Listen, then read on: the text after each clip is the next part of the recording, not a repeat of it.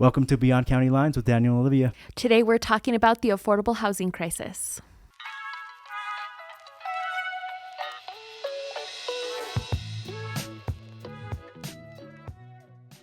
We got top 10 in the top 20 best podcasts in Santa Fe by a company named FeedSpot. So thank you. They reached out to us and said, congratulations, you've been selected as one of the best top 20 best podcasts in Santa Fe. So shout out to FeedSpot for selecting us for that. But before we start, I kind of want to have a quick conversation. We talked about dogs already on, I don't know if it was the last podcast or 2 podcasts ago. We love our dogs. Do you have a dog, Jordan?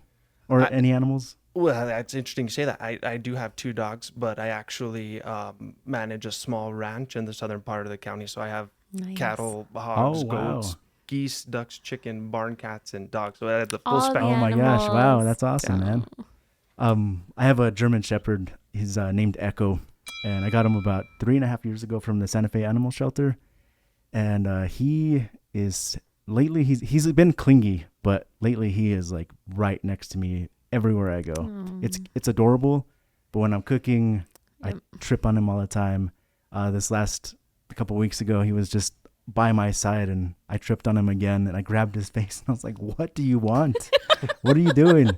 And that made me think, you know what would be kind of interesting? Like if you could ask your dog or your goats or your sheep 3 questions, and you have a dog named Toby, and he's a Frenchie? He's a French bulldog. Yeah. If you could ask your dog 3 questions that they could answer, what would they be? And what do you think those answers would be? Well, my first one, I would ask Toby again, because he's a French bulldog. I would say, I speak to him in Spanish, right? I'm like, quítate de ahí, or, ¿qué quiere comer, Toby? Or I'm always talking to him, and I wonder, I'm like, do you actually speak French? Or like after being removed or being in the Americas for so long, are you removed from your language? What do you know? ¿Me entiendes? Like, that's my first question to Toby. Funny. That's funny. That's going to make me think of something else. Sorry, do you want to answer the question too real quick? Oh, I can answer a question. I mean, the one thing that always comes to my mind is, what happens here at nighttime? It's like a whole other world on the ranch. Sometimes I come out in the morning. We found rattlesnakes, we found bull snakes, things are amiss. I've had animals just kind of up and disappear in the middle of the night.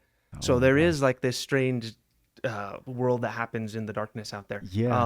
And I'm not privy to what that is. So that would be probably the first question I ask. Which animal's most vocal? Like, do you think has it a lot of attitude, or could rooster. Say a lot of things? Yeah, it's the rooster. There's no doubt about that. But geese, surprisingly, are very gawky also. We had kind of inherited them. They came with the property. And there's about 6 of them total. But you can hear them from across the neighborhood. So they're not shy about being vocal. Wow. Sassy girls. That's funny. That's funny that you mentioned like you talked to your dog in Spanish or wondered if he speaks French.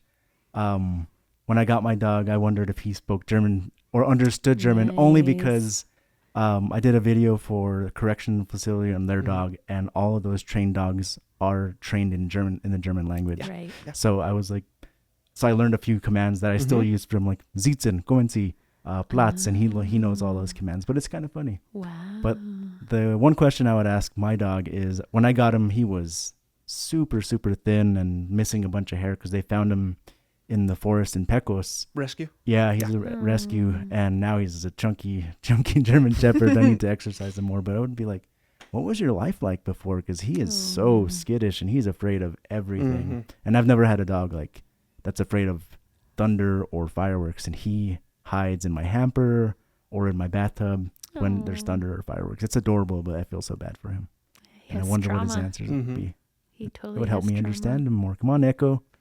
Tell me what's going on. Well, I also, Toby, him being the house pig and, little GMO, because that's what he is, but I love him. I would ask him too, like, what are you allergic to? He gets like rash and bolas and hives, and I want to I'm like, is it me? What's going on? Is there something in the house? Like, what am I doing to you, or what's happening? So I wish he could tell me, like, Mom, that's really affecting me, or I'm really upset, or this is really itchy. Like, I don't know. So I wish we could, have that kind of conversation as well. Yeah. And wow, you must have like a ton of questions for all of your animals. Yeah. Besides just what's going on at night, but Yeah. Or why you so Yeah. stubborn? Why, yeah, that's certainly one for some of them. You know, Goats must be fun. Do you have any like baby younger goats? we do actually. Oh, Well, okay. and so my kids, so we're real involved with the 4-H and county fair Oh, cool. community. That's So they awesome. do show goats, and actually we're heading to Roswell this weekend for a jackpot, which is like the pre sort of county fair show where the kids can Okay. win money. But yeah, so we have both of the show goats that are probably 6 months and 4 months Oh respectively. man, that's Oh, awesome. cute. But when we bought the first one, they can't be by themselves. So they're very communal animals, and they won't Yeah. eat. So you have to have partners with them.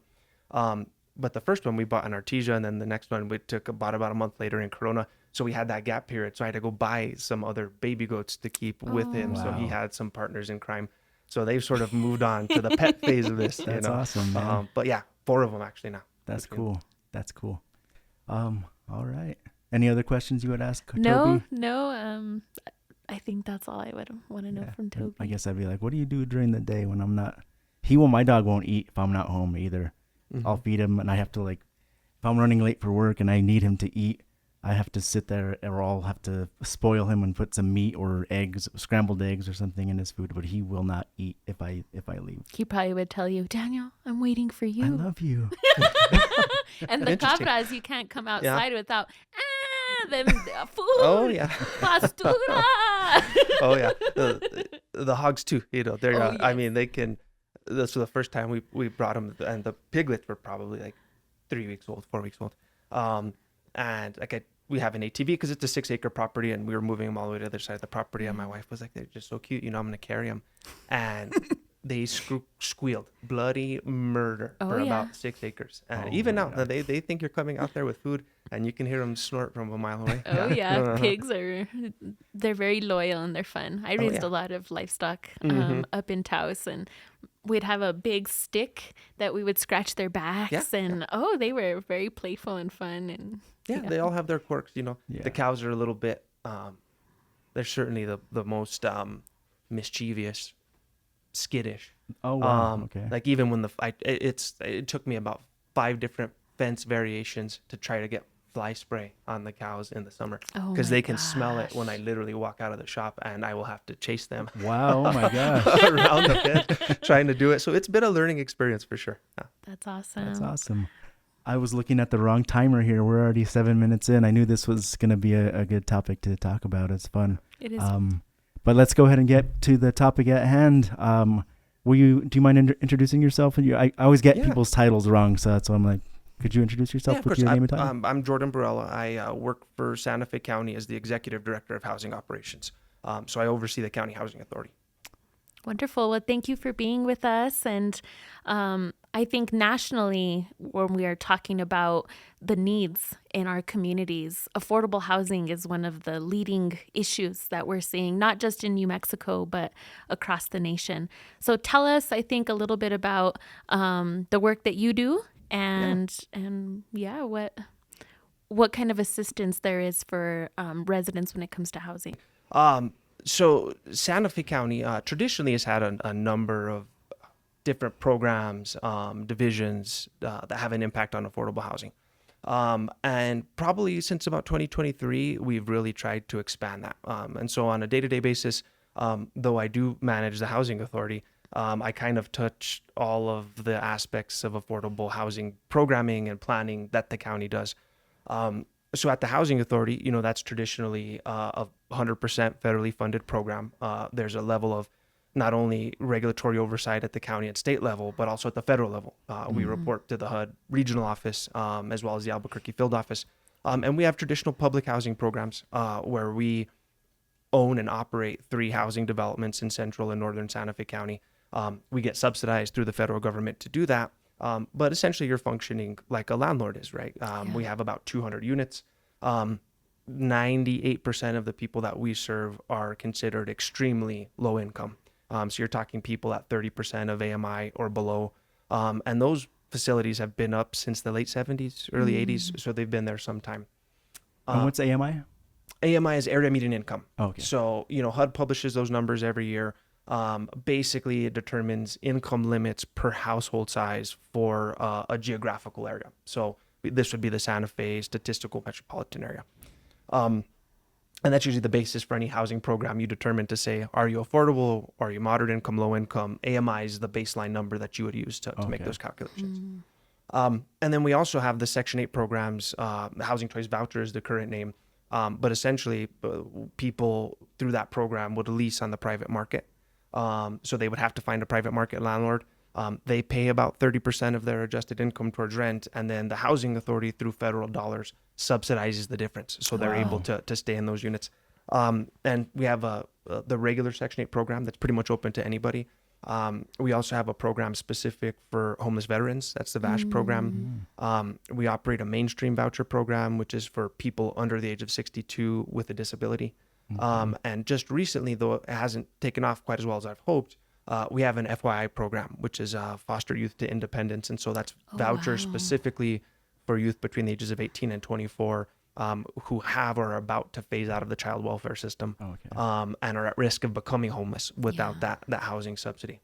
So there's a lot that happens there on the federal side. And, you know, through that with social service grants, we do that as well. We have a home ownership program, a lot of things in between. But now at the county level, the county just passed its new affordable housing plan in July of 2023. And that document is required pursuant to the New Mexico Affordable Housing Act to allow the county to provide financial assistance for housing initiatives in the community. You know, the plan is the basis by which you document the need and create programs, and then you put programs in place to really address those needs. And so down payment assistance is something that the counties are operated for a number of years. We're looking to take that back to the Board of County Commission with some revisions to increase the amount, right? It used to be $20,000. That doesn't necessarily get you into a home in the Santa Fe area any longer. So the proposal would be to increase that, to increase the AMI numbers as well, to get some of those more moderate income households. And the rehab program is another program that just got off the ground in June.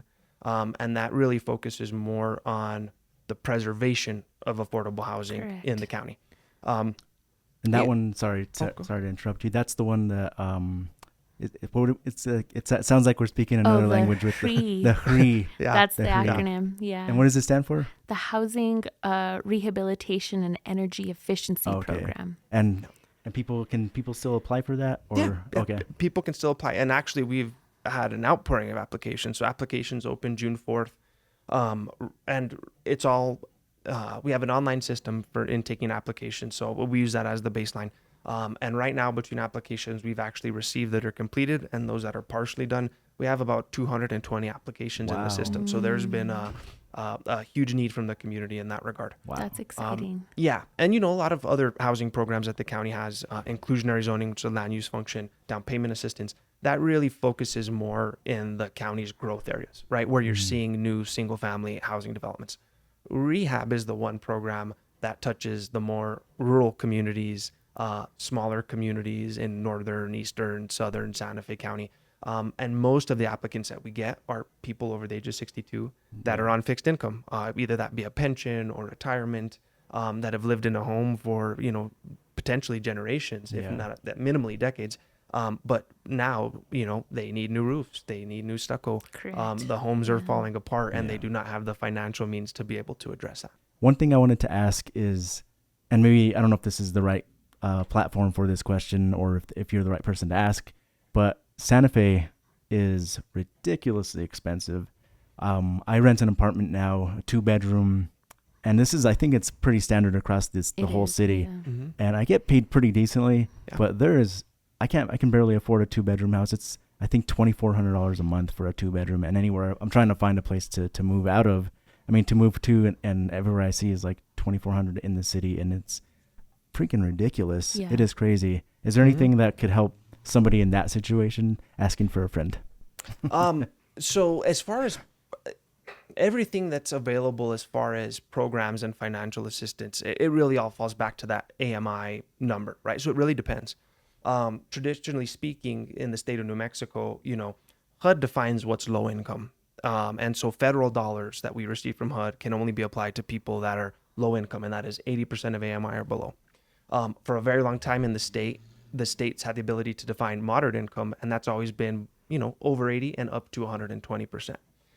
But specific to that, the issue you just talked about, even the state has recognized, 120%, there's still a need well beyond that. And so they've changed the definition of moderate income to go up to 150% of AMI. And that's another thing we're working on right now for the county at large, to adjust our definitions of what moderate income is. That way we can provide that assistance up to 150%. And there may be programs in the very near future to address that. And you sometimes refer to that as the missing middle, right? You have people who are make enough money to not qualify for the existing programs, but don't make enough to actually be able to afford their housing on the private market. Yeah. And so, that short story is I don't think that there's anything to address that today, but hopefully we're pushing in that direction. Well, and there's a huge gap. I think when I was kind of reading over the affordable housing plan, it said that 10,000 people every year in Santa Fe County will actually commute out of the city. They're leaving every year because there's no affordability. And so those people are pushed into the margins, right, and are a part of our commuter workforce who are also struggling to find housing and opportunities but continue to work here. So that is a big challenge, I think, that we're facing, and in which, so many people are just leaving the city because they can't afford to work here. One other thing that's kind of interesting is Los Alamos Llano. The apartment complex I rent from here in Santa Fe, I think they have like 3 or 4, maybe more complexes in the city. Llano is helping with pay the rent.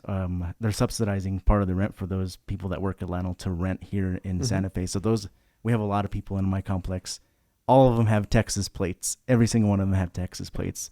And we've talked to them, and they're all young too. They're like 20s, 30s. That's young folks. And they just, I'm jealous. I'm like, oh my God, your job is helping you pay for this. Like, I'm like struggling here. It's terrible. Yeah. Yeah. And, affordable housing has always been one of those words, and, it's kind of a buzzword. But I think the topics that you're talking about are, fall in line with this. It's not necessarily an affordable housing problem. It's a housing problem generally, right? Correct. And that's across the board. When people hear the term affordable housing, you think, low income housing. And that's not the case here anymore. That's right. Even 2-income households right now in this community that are trying to purchase a home, you're talking $650,000 at a 7% interest rate, in excess of $4,000 a month just to afford a home. Yeah. So it really has an impact, all the way from your homeless populations to your working families that have, are college educated and have really done well for themselves. It really, spans the spectrum. Some of the statistics are saying that 35% of current residents, and not necessarily low income, are already cost burdened. So that, you're pulling down a decent paycheck with maybe 2 people in the household, but that's more than 30% of your income that is going to housing or, to your mortgage. And that's incredibly difficult when you're trying to, and then those mortgages are for 35 years. It can become very difficult for families. And you have to make sure you get along with your roommate or spouse, because if you break up, oh my gosh, you lose the house basically. Yeah. Both of you. Yeah. And then there's factors within that you really don't have any control over at the local level too, right? Interest rates being a primary one. Yeah. If you bought a house within the last year, you were somewhere between 6 and 7%. And actually I was in that circumstance. We had just moved and bought the ranch a little over a year ago, actually. And when it comes to time to do taxes, you actually look at that and you're like, well, I mean, we spent $28,000 in interest alone, right? Yeah. And again, that's something that's set at the Fed, it's set at the national level. And it's a factor in terms of, can you afford something? Can you not afford something? But really everybody a year ago that purchased a home bought it under the impression that when the rates drop, I'm going to refinance and my housing is going to get a little more affordable. Here we are 14 months later and they haven't dropped. And so, and they may drop, but who knows where they end up bottoming out at, is that 5%? Is that 4.5%? It may save you a little bit. But there are a lot of factors at play, a lot of market factors. And that's the hard thing with housing generally is, it is a business and it primarily is operated out of the private sector. And there are a lot of contributing factors that are really outside of the control of, everyday people or local government. That's a huge point. I was telling Daniel earlier, when I was looking over some of the stats, it said that Santa Fe County, our affordable housing plan said that we have a need of 17,000 units to fill the need for people who are cost burdened or to actually have a place to live in the city. 17,000, while we're seeing Santa Fe continue to develop, right? I mean, everywhere you go, you're driving and there's another apartment complex. There's another complex going up. But it's not really affordable. A lot of locals or people who are working here go, well, there's another apartment complex, but at $1,800 a month, who can afford that? And where are they getting their water? That's the other. That's right. the other. No, complaint. and then at the local level too. That's exactly right. You have competing factors, right? Drivability, sustainability. Do we have water to support the projects? Design standards, historical districts. There are all these things that factor into the amount of housing that can be produced. And yeah, you may run into concerns where, a community at large may want open space, they may want walkability, they may want sustainability, but it's going to have an impact on how much housing can be produced, right? And so you have to weigh those factors against each other. And that creates a whole another set of questions that you have to determine when it comes to housing development. It's overwhelming. I appreciate you for what you do, man. I'm getting overwhelmed thinking about all these factors that go into the cost of living, cost of housing. Yeah. It's scary. It's scary. Well, and something that I think is really exciting that you are working on that I want to highlight is, the Nueva Acequia project. For me, looking at housing issues across the nation, you look at places like San Francisco where they've had to implement rent control and actually are looking at ordinances and processes where private markets and, corporations can't just jack up the price because, government is trying to create some more regulated housing opportunities. Tell us a little bit about Nueva Acequia and why this is an innovative, project and could, is going to be all local government ran, correct? So it's going to be a private-public partnership. But yes, this is the first housing development that the county has sort of undertaken on its own as far as tax credit developments, right? And the low-income housing tax credit program is actually the largest affordable housing program in the United States. Housing authorities, nonprofits, private development firms, they use the program as a means of creating affordable housing. And it's primarily multifamily housing. And so that's what we're doing with Nueva Acequia. But the big issue with affordable housing is, any project that you build is going to have long-term operational costs. Yeah. And you support those operational costs through the rent revenue you receive from the people leasing the units. If the rents are artificially lower than they could be at market because you are designating the populations for affordability, your operational revenue goes down, and you got to get to a point where you're bringing in enough money to make this work in the long run. And that's where the tax credit program comes in. And so we actually went out to RFP to select a private development firm to sort of aid us through that process. We've selected a firm. We're in negotiations now to make that happen. But as it's being proposed, we have about 6.6 acres. We would be doing 2 tax credit developments on that property, one about 104 units. And that project would be specifically designated for families. And then adjacent to that, we would be doing a separate, smaller project, a 9% tax credit project of about 53 units. And that would be designated for seniors. So intergenerational project is what we're looking at.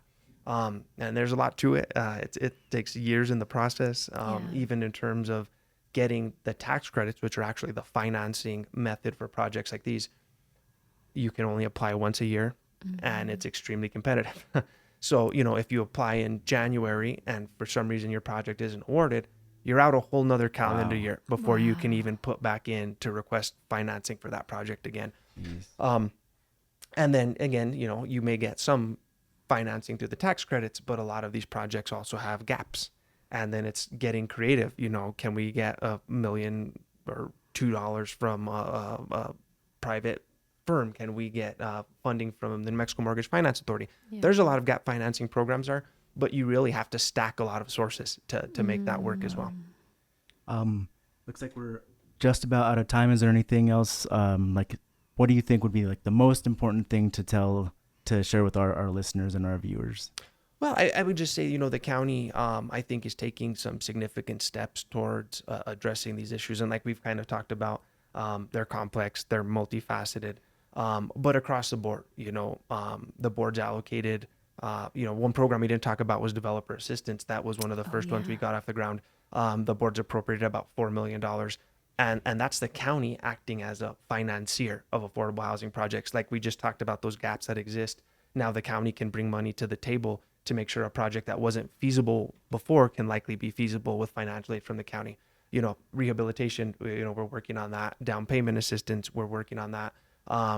We are also looking at inclusionary zoning and how that's applied, changing those income ranges. So there are a lot of, again, different factors, different areas that fit. But, one thing that was great about the affordable housing plan is we've looked at every way that we could best impact affordable housing and trying to do something in every one of those areas. So it is a pretty long process. I mean, I think we've gotten quite a bit off of the board, and hopefully by the end of this calendar year, the rest of the programs that we have should be up off the ground and hopefully having an impact in the community. And so people should reach out, right? If they have questions about replacing their roof, home rehabilitation, if they're first-time home buyers, people should reach out to the Housing Authority if they have questions to navigate some of these complicated, pathways for housing. Oh, yeah, absolutely. And I think, the Housing Authority at the county level is a great resource.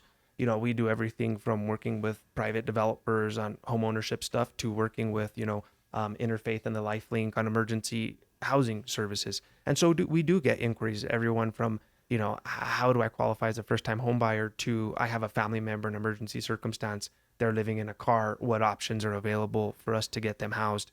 And so we are a community resource, and anybody can feel free to reach out to us anytime.